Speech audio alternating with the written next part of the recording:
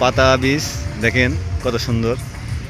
তো আসলে আজকে আমি আপনাদের কিছু কথা বলবো, এই বীজটা ঘুরে ঘুরে দেখাবো এবং কিছু কথা বলবো। সেটা হলো যারা আমি এর আগে পূর্বে আমার একটা ইউটিউবে ভিডিওই আমি বিস্তারিত সব কিছু বলেছি, তো আপনারা স্কিপ না করে সব কিছু ইনশাল্লাহ দেখবেন।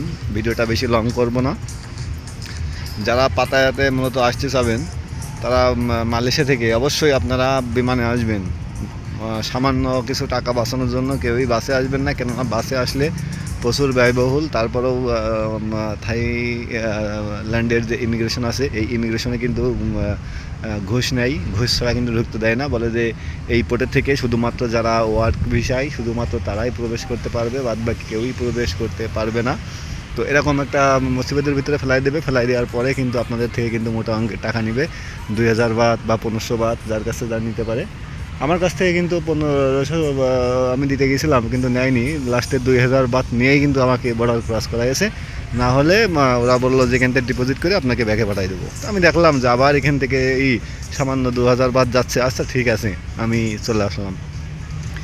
তো সবাই অনুরোধ, অনেক ইউটিউবাররা আছে যারা ভিউজ বাড়ানোর জন্য মিথ্যে বিভ্রান্তি তথ্য দেয়। আসলে আমি নতুন ইউটিউবে খুলছি অনেক দিন, কিন্তু আমি ভিডিও আপলোড করি না। আর আমার কোনো ভিউজ বাড়ানোর কোনো দরকার নেই বা কোনো প্রয়োজনও নেই।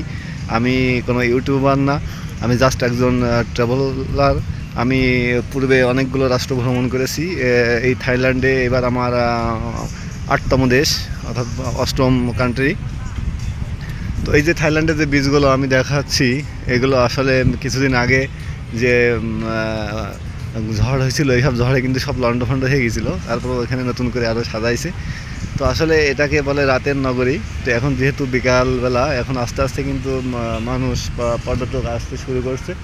তো আমি এর আগে যখন আসছিলাম দুপুরবেলা, মানে এত পরিমাণে রোদের কারণে দাঁড়াইতে পারছিলাম না। তো এখন মোটামুটি যাই হোক, হাঁটা যাচ্ছে, পরিবেশটাও অনেক কুল আছে। তো অবশ্যই যারা থাইল্যান্ডে আসবেন অবশ্যই বিমানে আসবেন। মালয়েশিয়ার থেকে আপ ডাউন রিটার্ন টিকিট কাটলে আপনার 700 RMBর ভিতরে পেয়ে যাবেন। তো সবাই ভালো থাকবেন, ধন্যবাদ।